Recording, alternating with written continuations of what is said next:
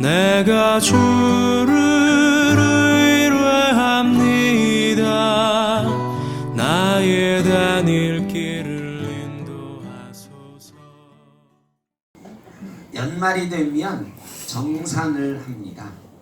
결산하고 정산하지요. 사무실에 연말 정산을 위한 기부금 납입 증명서 신청들 하셨잖아요. 연말 정산하려고 하는 거죠.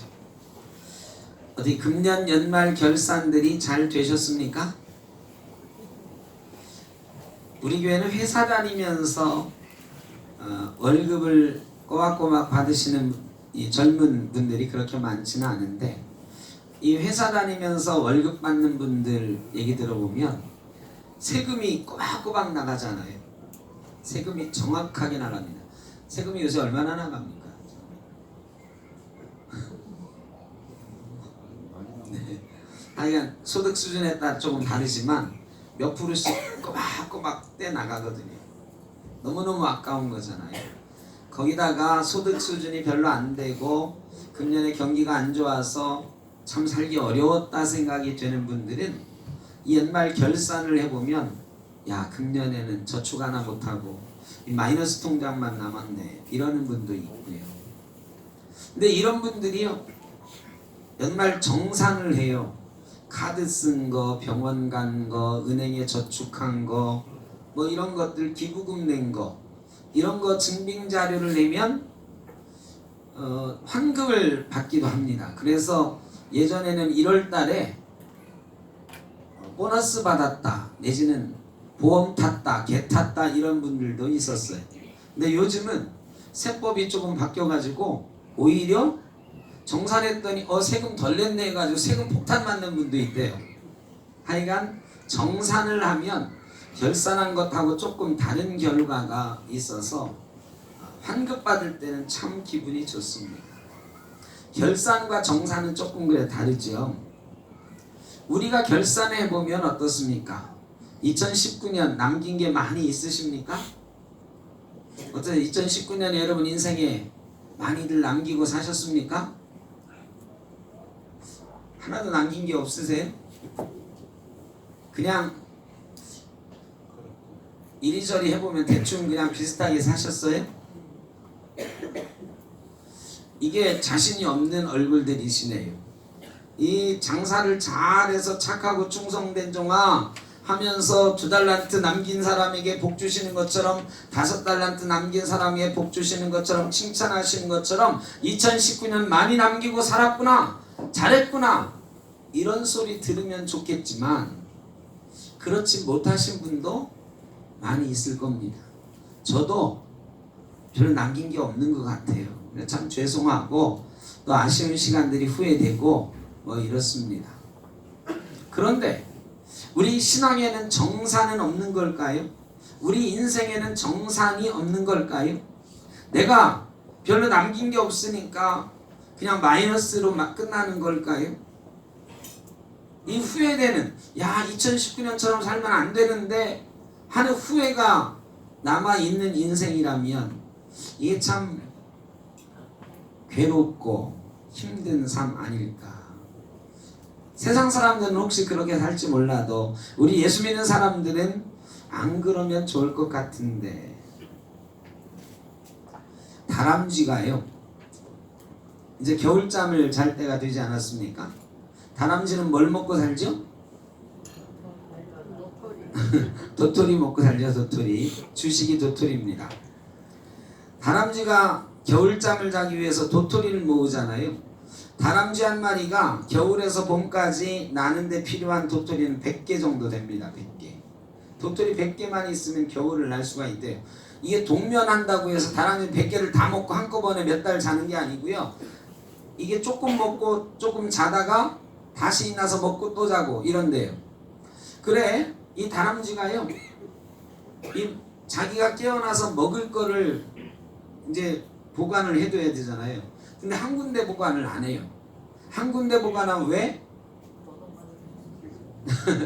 누가 발견하면 다 뺏어가니까. 다람쥐가 100개 정도의 도토리를 먹으면 되는데 구멍을 몇 개 파느냐? 그 도토리 숨겨놓는 구멍을 2,000개 정도 판답니다. 2,000개 정도 파는데 한 군데다가 2개, 3개씩 놓는 거예요. 그런데 이 다람쥐가 도토리를 입에다 물고 가요. 여기에 도토리 주머니가 있어요. 볼록해지면은 도토리 10개쯤 물고 있는 거예요. 10개 물을 수 있대요. 이 볼록한 이 보를대기를 가지고 막 구멍을 파잖아요. 누가 볼까 이렇게 보다가 어디를 보느냐? 하늘을 봐요. 하늘. 이게 사람들이 야, 저 다람쥐가 자기 먹을 걸 숨겨놓으면서 야, 이 도토리 주신 하나님께 감사한다, 감사하는 줄 알았어요. 근데 그게 아니고 장소를 기억하는 거야. 근데 왜 하늘을 보고 장소를 기억할까요? 하늘에 있는 구름 모양을 보고 아, 내가 여기다 숨겨놨다 기억을 하는 거야. 여러분, 그런데요 2,000개를 그렇게 하는 거야. 2,000개. 정말 열심히 하죠. 2,000개를 다 도토리 하나 두 개씩 묻으려면 뭐 얼마나 뼈 빠지게 막 일을 하겠어요. 가을에 그렇게 일을 하는 거야. 그리고 늘 때마다 하늘을 보는 거야. 아, 내가 여기다 숨겼다. 그런데 다람쥐가 그 구멍을 찾을까요? 못 찾을까요? 못 찾아요. 당연히 못 찾죠. 왜요? 구름이 흘러가니까.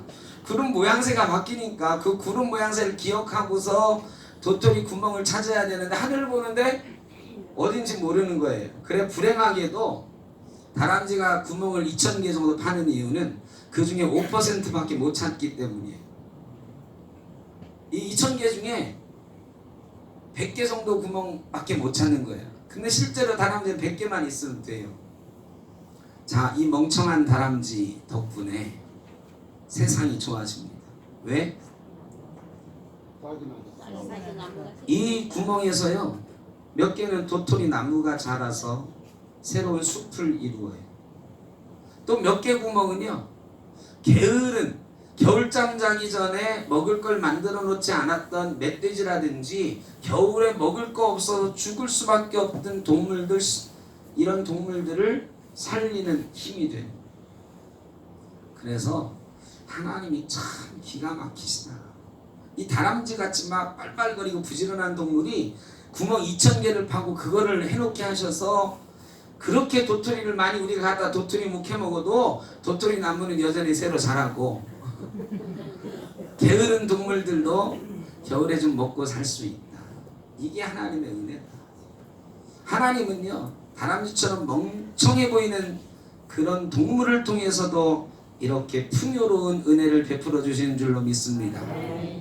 여러분은 다람쥐보다 똑똑하시죠? 그런데 사람들이 다람쥐랑 비슷해. 구멍을 많이 파는데 1년 동안 열심히 구멍을 팠는데 어떤 구멍 팠는지도 모르고 어디다 팠는지도 모르고 지금 12월 30일이 돼. 아까 물어보니까 많이 남기셨으니까 하니까 구멍은 많이 파고 360일 동안 매일 파고 살았는데 어디 숨겨놨는지 하나도 모르는 얼굴 하시잖아 지금. 그 구멍 판 것마다 다 많이 보관하셨으면 많이 남겼다고 하셔야 되는데 많이 남겼다는 사람이 하나도 없어.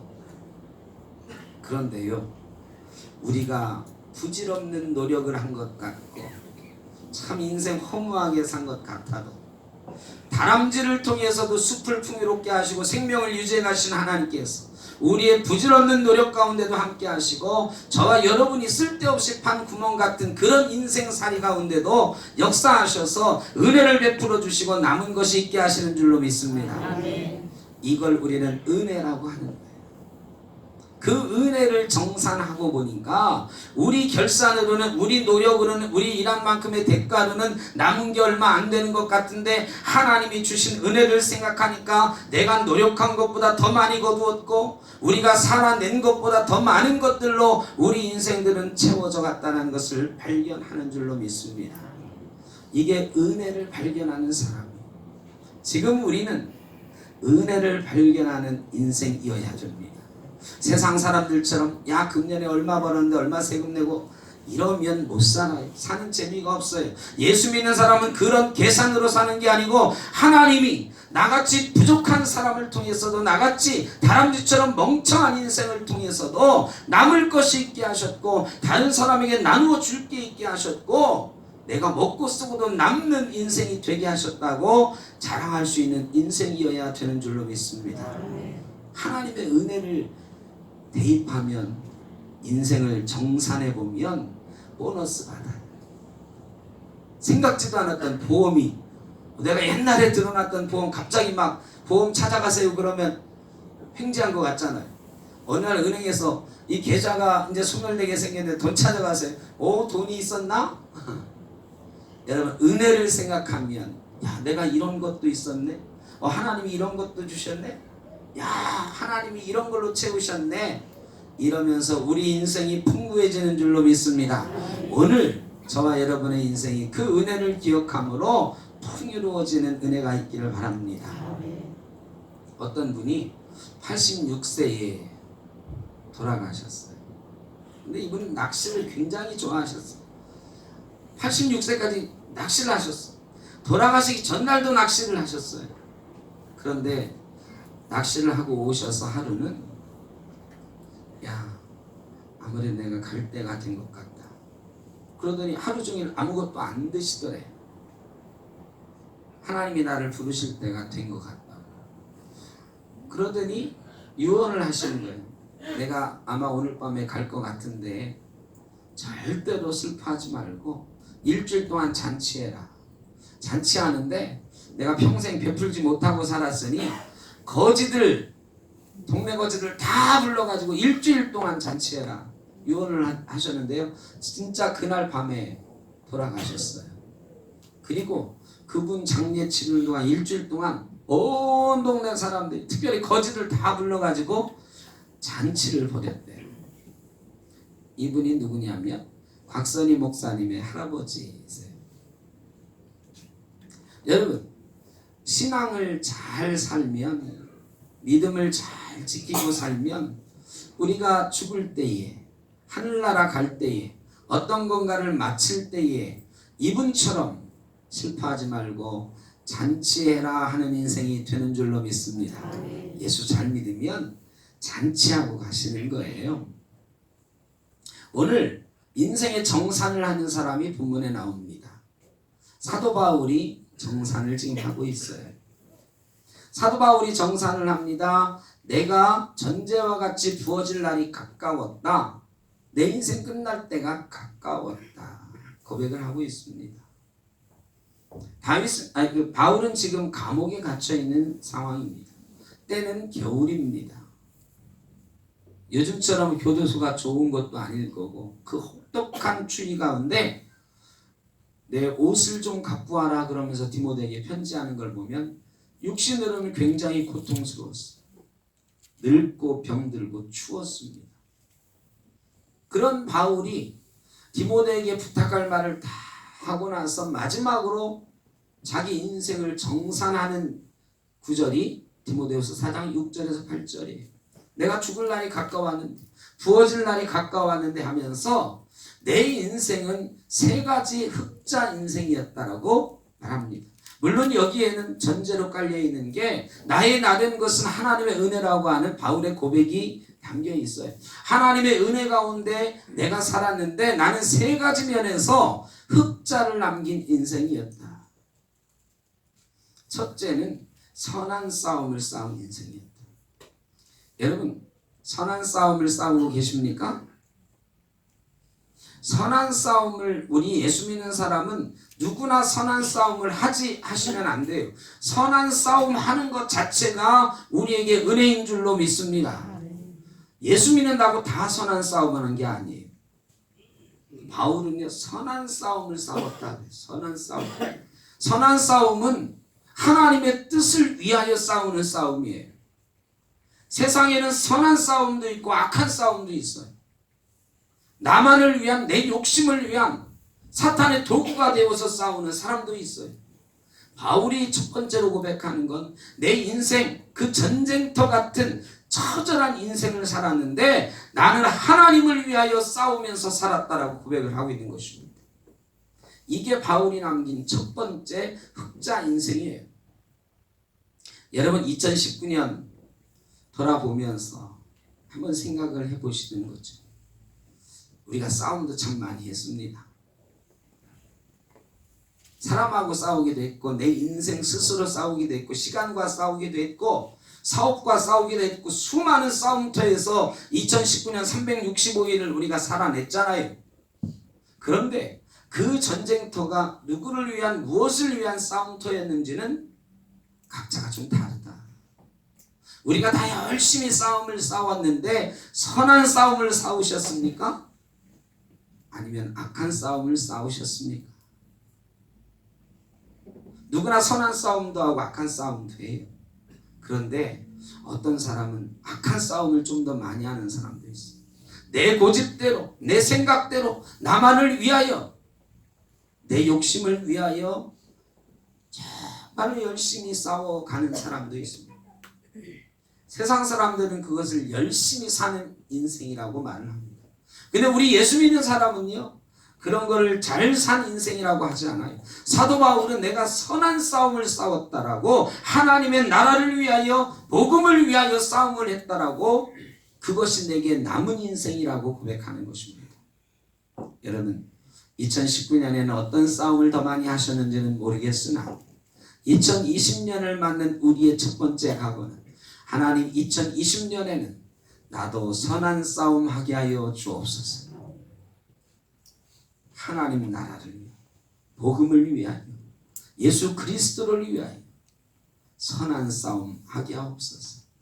그러면 우리가 남는 인생, 흑자 인생 될 줄로 믿습니다. 두 번째로 달려갈 길을 다 마쳤다 그랬습니다. 여러분, 마라톤 완주해 보신 분 혹시 있으신가요? 하프 마라톤이라도 혹시 해보신 분 있으신가요? 장로님, 하프 마라톤? 그래도 하이가 지금은 물 못하시겠지만, 여러분, 마라톤에서 제일 중요한 건 뭐죠? 완주하는 것입니다. 완주하는 것. 물론 금메달 따는 것도 중요하지만 달리기 하는 사람에 있어서 제일 중요한 것은 완주하는 거예요. 다리를 절룩거리면서도 42.19km 완주하고 들어온 사람들은 뜨겁게 환영하고 박수를 쳐줍니다. 여러분, 2019년 완주하셨습니까? 지금까지 왔으니까 완주했지. 그거 아니죠. 여러분이 2019년 시작할 때 달리기 시작하셨잖아요. 달리기 시작하셨죠. 달리기는 아무렇게나 뛰어가면 달리기 경주인가요? 어디를 향해서 갑니까? 목표를 향해서 코스를 지켜가면서 달려가는 거예요. 여러분이 향했던 목표가 있습니다. 그 목표를 향해서 지금까지 달려오시고 있는 분은 그 목표를 향해서 요만큼 가셨어도 2019년은 완주하신 겁니다. 문제는 목표를 분명히 정했었는데 어느 순간에 보니까 그 목표는 없어지고 그냥 어디론가 가고 있는 인생이다, 이러면 이미 탈락한 거죠. 우리가 2019년에 세웠던 달려갈 길을 향해서 지금도 달려가고 있는 인생인가, 아니면 복받은 분은 다 달려오신 분도 있어요. 여러분, 하나님 앞에서 우리가 약속했던 것, 목표로 정했던 것을 향해서 지금도 달려가고 있는 인생이라고 하면 여러분은 2019년에 달려갈 길을 다 달려오신 분인 줄로 믿습니다. 혹시 중도에 포기하신 분이라고 하면 2020년 그렇게 기도해 보시길 바랍니다. 2020년에는 달려갈 길 잘 정하게 하시고 그 코스를 이탈하지 않고 그 목표를 향해서 2020년 12월 31일까지 잘 달려갈 수 있게 해 주십시오. 우리 예수 믿는 사람은 천국 가는 그날까지 하나님의 나라를 향하여 예수 그리스도의 십자가를 짊어지고 우리의 십자가를 지고 주님 뒤를 따라가는 것, 그 길이 우리의 달려갈 길인 줄로 믿습니다. 달려갈 길을 다 달렸다고 고백하시는 저와 여러분 되시길 주의 이름으로 축원합니다. 세 번째는 바울이 뭐라고 하고 있습니까? 믿음을 지켰다 하고 있습니다. 믿음을 지켰다. 바울은 지금도 감옥에 있는 사람이다 그랬습니다. 나중에는 결국 순교하지요. 여러분, 믿음은 목숨 걸어야 지킬 수 있는 것입니다. 바울은 지금 목숨 걸고 믿음을 지켰다고 고백하는 거예요. 여러분 믿음을 지키셨습니까? 믿음을 지킨다는 거 쉽지 않아요. 목숨 걸어야 지킬 수 있는 거예요. 우리의 믿음을 유혹하는 사탄의 수많은 유혹들이 있습니다.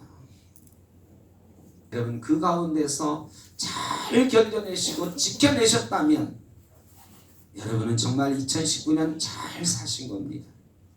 혹시 얻은 것이 많지 않더라도 성취한 것이 많지 않다 하더라도 우리 마음 가운데 믿음 한 자락 붙잡고 그 믿음 잘 지켜오셨다면 여러분의 인생은 성공한 인생입니다.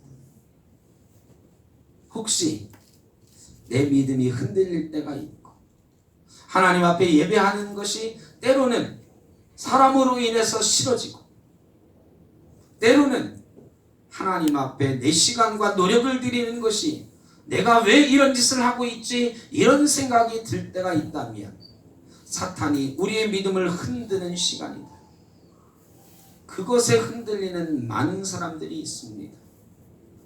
여러분 그렇지 않으시고 이 시간까지 예배자의 기쁨을 지켜가고 계신다면 여러분 믿음 잘 지키고 계신 겁니다. 혹시 그렇지 않으시다면 2020년을 향하여 기도하시기 바랍니다. 하나님 2020년에는 어떻게 하든지 내 믿음 흔들리지 않고 항상 기뻐하며 하나님 앞에 예배자로 설 수 있게 해 주십시오. 언제나 하나님만 바라보며 예배자로 섬길 수 있게 해 주십시오. 믿음을 잘 지키고 살아갈 수 있게 해 주십시오. 그래서 2020년에는 믿음의 열매를 풍족하게 거두어 믿음 잘 지켰다고 고백할 수 있는 흑자 인생 되게 해 주십시오. 이렇게 기도하시기를 바랍니다. 바울이 3가지 흑자를 냈다고 결산을 하면서 거기다가 은혜의 정산을 2가지를 합니다. 하나는 내가 영원한 하나님 나라를 바라본다. 영생을 바라본다고 말합니다. 여러분 영생을 바라보는 삶, 하나님 나라를 바라보는 삶, 이게 바울이 바라보는 궁극적인 목표이고 확신입니다. 여러분 2019년을 그런 확신 가운데 혹시라도 내가 지금 하나님이 부르셔도 내 인생은 하나님 나라 갈 거예요. 나는 믿음을 지켰으니 하나님이 나를 천국으로 인도하실 거라고 하는 그런 바람이 우리 가운데 남아있다면 우리가 잘 달려온 인생인 줄로 믿습니다. 예수 잘 믿었으면 성공하신 인생이에요. 제가 편지를 하나 가지고 왔는데요. 12월 31일 날 받을 편지치고는 되게 예쁘죠? 여학생이 보낸 거예요. 자, 그런데 말이죠. 이런 편지가 오늘 아침에 왔어요. 안녕하세요. 센터교회 목사님. 저는 신천지 예수교회에서 신앙을 하고 있는 청년 한수정입니다. 최근 한기총 전광훈 목사의 발언 잘 들으셨을 거라 생각합니다. 이러한 망언을 듣고도 가만히 계신다는 것은 그 말에 동조하는 거라 생각됩니다. 신성모독을 하는 한기총은 폐쇄되어야 합니다. 한기총은 마귀교회이고 마귀 신들린 곳입니다. 신천지에 오셔야지 하나님의 참자녀가 될 수 있습니다. 목사님 부디 이 편지를 간과하지 마십시오. 감사합니다. 추가 문의사항은 땡땡땡땡땡땡으로 연락 부탁드립니다. 전화번호를 당당하게 써놨어요. 제가 전화를 득달같이 했잖아요. 근데 말이죠. 제 세상 말로 머리에 피도 안 마른 이 새빨갛게 어린 청년들이 목사한테 당당하게 신천지에 오셔야 하나님의 참자녀가 된다고 얘기를 합니다.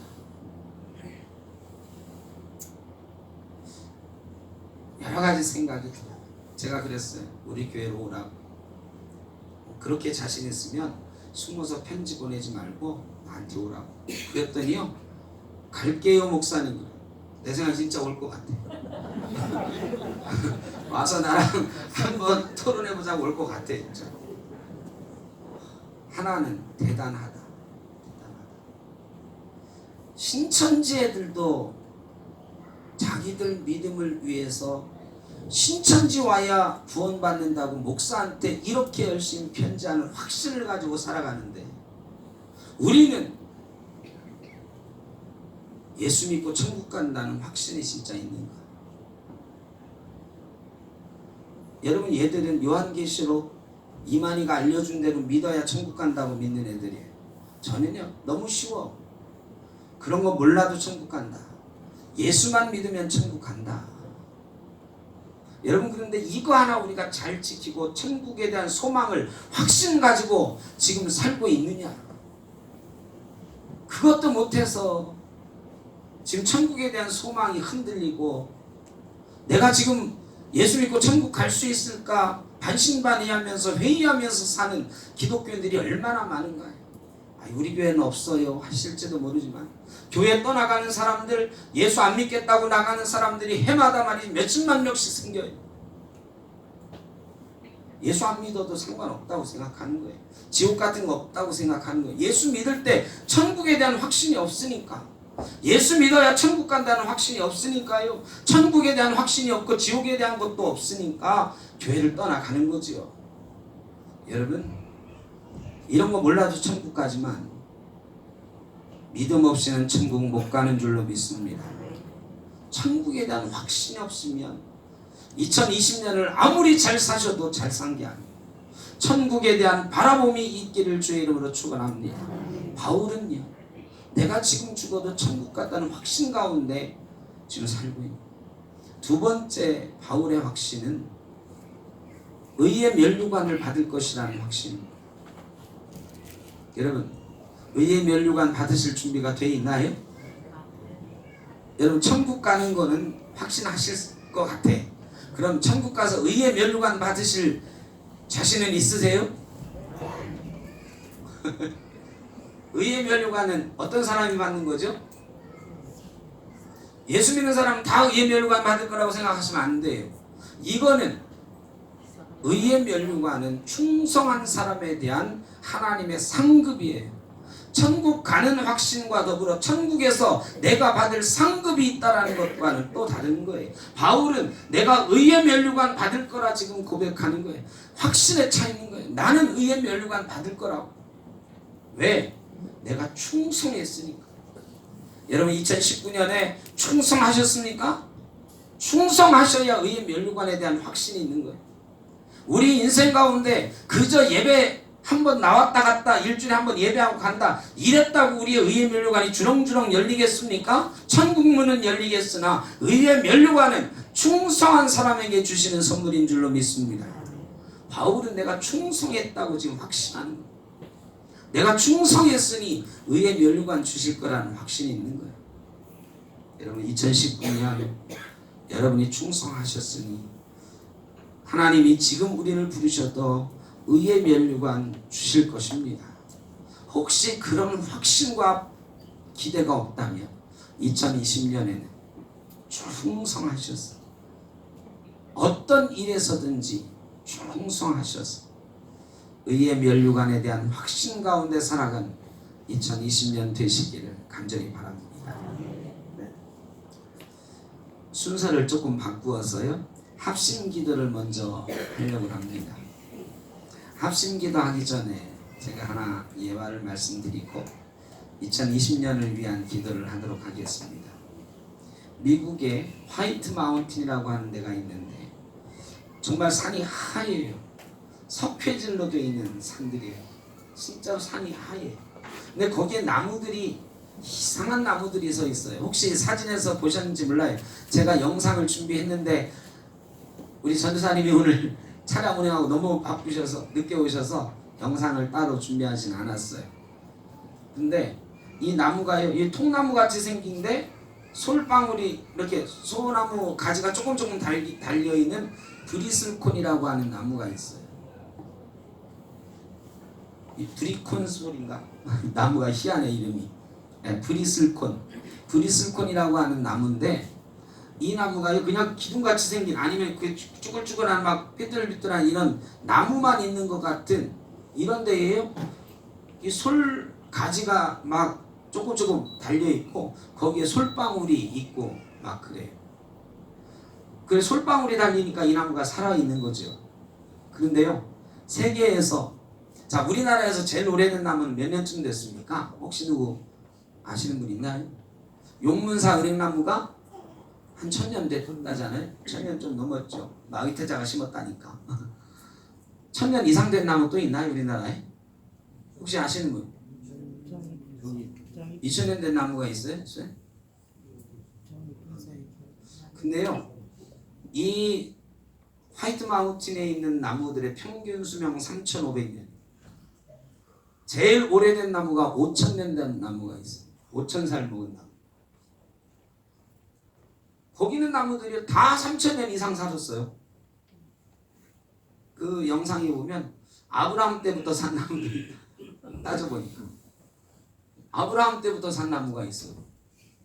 그렇죠. 4500년 이상 되면 아브라함 때부터 산 거예요. 아브라함이 지금부터 한 4000년 전 사람이거든요. 어마어마한 거죠. 이름이 무드셀라인 나무도 있어요. 무드셀라처럼 제일 오래 산 나무다 해가지고. 그런데 아까 말씀드린 거기는요 중간중간에 하얀 거에 그냥 나무가 가끔 서 있어요. 이게 석회질로 된 땅이에요. 땅이 비옥하지 않아. 바람도 많이 불어요. 근데 나무들이요 키가 다 작아요. 제일 큰 나무가 6m밖에 안 돼요. 5000년을 살았는데 6m밖에 안 돼요. 1년에 1cm도 안 자라는 학자들이 말이죠. 이 나무들이 오래 사는 이유가 있대요. 오래 사는 이유가 뭘까요? 장박한 환경이라서. 그 환경을 이겨내려고 몸부림치다 보니 오래 사는 거예요.